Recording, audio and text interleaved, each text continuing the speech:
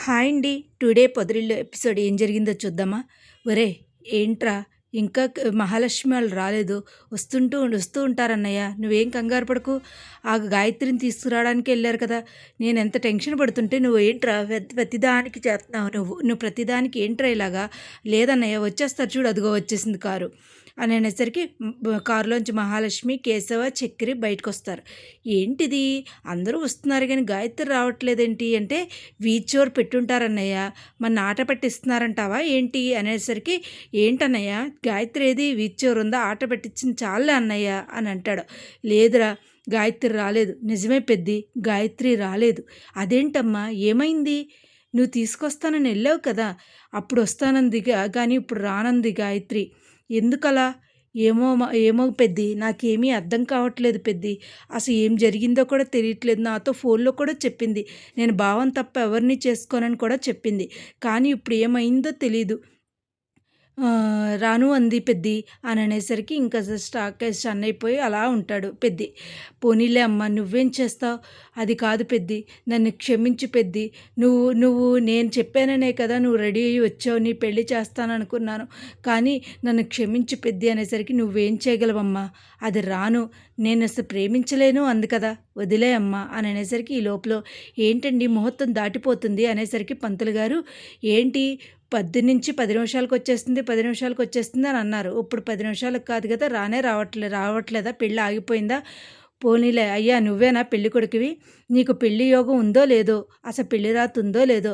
ఇదిగో ఈ ఈ మంగళసూత్రాన్ని ఏం చేస్తావు అని అనేసరికి ఏం చేయను పూజారి గారు, అక్కడ పెట్టేయండి అని అనేసరికి ఏమోనయ్యా నీ రాతలో కళ్యాణ గడియ ఉందంటావా అని అనేసరికి ఇంకేమీ మాట్లాడకుండా అందరూ చాలా బాధపడుతూ ఉంటారు. చక్రి, కేశవ అందరూ బాధపడతారు. కానీ చాలా గిల్టీ ఫీల్ అవుతుంది మహాలక్ష్మి. ఎందుకు ఎందుకు మహాలక్ష్మి నువ్వు అలా ఫీల్ అవ్వకమ్మా అన్నా సరే కూడా గాయత్రి ఇలా చేస్తుంది అనుకోలేదు పెద్ది. చక్రి అందరూ చెప్పారు. అయినా సరే నేను వినకుండా ఇలా చేశాను కదా, నాకు కావాల్సిందే అంటుంది. తర్వాత అందరూ ఇంటికొచ్చేస్తారు. ఇంటికొచ్చేసాక ఒరే ఏంట్రా అన్నిసార్లు ఫోన్ చేస్తున్నావు? ఏరా ఎన్నిసార్లు ఫోన్ చేస్తే తీయవా నువ్వు? లేదురా లోపల నుంచి మహాలక్ష్మి రావట్లేదు అని అనేసరికి అదేంట్రా అమ్మా మహాలక్ష్మి తలుపు తీయమ్మా. లేదు పెద్ది మీ విషయంలో నేను చాలా చేశాను పెద్ది, నేను తీయను పెద్ది అనేసరికి అమ్మ నువ్వు తీస్తావా లేకపోతే తలుపు తీయమంటావా అని అనేసరికి తీస్తుంది. ఏంటమ్మా అలా ఉన్నావు? లేదు పెద్ది నాకు చాలా బాధగా ఉంది పెద్ది. నాకు లేని బాధ మీకెందుకమ్మా? నువ్వు వెళ్ళావు అంతే కదా. తనైతే అసలు నేను ఇష్టమే లేదు అని చెప్పింది కదా, అక్కడికి అది వదిలేయమ్మా. నువ్వు అసలు ఏమీ ఆలోచించుకో అర్థమైందా? ఒరే చక్రి అమ్మాయిని చల్లగాలికి అలా బయటికి తీసుకెళ్ళు అని అనేసరికి ఇంకా బయటికి తీసుకెళ్తాడు. బయటికి తీసుకెళ్ళేసరికి ఏంటండి ఎందుకు అలా ఏడుస్తున్నారు మీరు? అవును మీరు ఏడుస్తున్నారు, నేను ఏడుస్తున్నాను, అందుకనే ఏడుస్తున్నాను అనేసరికి అది కాదండి నాకు చాలా బాధగా ఉంది. మీరు చెప్పినా కూడా వినలేదంటే ఎలాగైనా సరే పెద్దికి పెళ్లి చేసి నేను ఈ ఇంట్లోంచి వెళ్ళిపోవాలి. ఓహో మీరు అందుకోసమా చేస్తుంది? అవును మీరు ఇంకేమనుకున్నారు?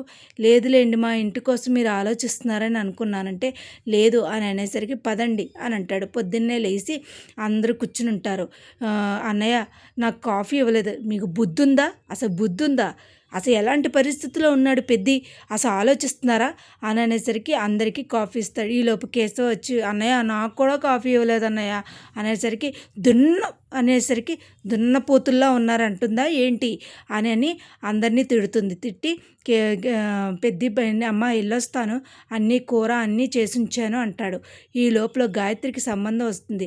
ఒక టీ స్టాల్ దగ్గర నారాయణ కూర్చుంటాడు. పెద్ది వాళ్ళ నాన్న పెళ్ళోళ్ళు కూర్చుని ఏవండి పలానా సంబంధం ఆయన దుబాయ్లో ఉంటాడు కదా, వాళ్ళ అమ్మాయిని చేసుకుందాం అనుకుంటున్నాం గాయత్రి అంటే దొరికే నా కొడుకు వీడి సంగతి చెప్తా. వాళ్ళంత పెద్ద చెత్త ఫ్యామిలీ ఇంకోటి ఉండదు. వాళ్ళ వరస్ట్ ఫ్యామిలీ అదైతే మరీ ఘోరం. నీళ్ళ పంపు దగ్గర కొట్టుకుంటుంది. వరస్ట్ ఫ్యామిలీ మీరు చేసుకోకపోవడం అదేంటండి అలా అంటారు. నాన్న ఏంటి మాట్లాడుతున్నావు? మన తప్పు అలా మాట్లాడకూడదు. ఒరే నువ్వు ఊరుకోరా, నువ్వు వెళ్ళరా అనేసరికి ఏవండి ఇతను ఎవరు? ఇతని కొడుకునండి నేను. మీరెవరినైతే చేసుకుందాం అనుకుంటున్నారో ఆ అమ్మాయి చాలా మంచిది. ఎందుకంటే ఈయన అలా మాట్లాడటానికి ఆ ఆ అమ్మాయి తల్లి మా మేనత్త. మాకు వాళ్ళకి చాలా గొడవలున్నాయి. అంతే తప్ప ఆ అమ్మాయి మటికి చాలా మంచిది. పని అన్నీ తెలుసు. చాలా చూసుకుంటుంది. ఈ రోజుల్లో అమ్మాయి గురించి ఇంత చెప్పినోడివయ్యా. అయినా నువ్వే వరసవుతావు కదా! నువ్వెందుకు చేసుకోలేదు అని అనేసరికి మాకు వాళ్ళకి చిన్న చిన్న గొడవలున్నాయండి. అందుకనే మేము చిన్నప్పటి నుంచి గాయత్రిని చూసాం. చాలా మంచి పిల్ల అనేసరికి ఇంతకన్నా ఆడపిల్ల గురించి మేము అడగకూడదయ్యా. ఇంతకన్నా చెప్పావు. నాన్న ఎందుకు ఇలా చెప్తున్నావు నువ్వు అని అనేసరికి సరే అయ్యా మేము సూటిగా వెళ్ళిపోతాం పెళ్ళికి అని అనేసరికి ఇంకెవరే నువ్వు నా కడుపుని చెడబుట్టావురా అని కొడుకుని తిట్టుకుంటూ ఇంటికి వెళ్ళిపోతాడు. వాడో దరిద్రుడు, ఇంతకన్నా దరిద్రుడు ఎదవ ఎవడు లేడు, నా కడుపుని చెడబుట్టాడు అని చెప్పేసి తిడుతూ ఉంటాడు. ఈ లోపల మహాలక్ష్మి వచ్చి వచ్చి ఏంటి ఏం జరిగింది అంటే వాడు ఒక ఎదవ, అందుకనే నా కడుపుని చెడబుట్టాడు అంటే ఏమైంది, తాగొచ్చావా, లేదు టీ తాగొచ్చాను అంటాడు. ఇంకేమీ మాట్లాడకుండా ఉంటాడు. ఇవాళ ఎపిసోడ్ అయితే ఇదేనండి.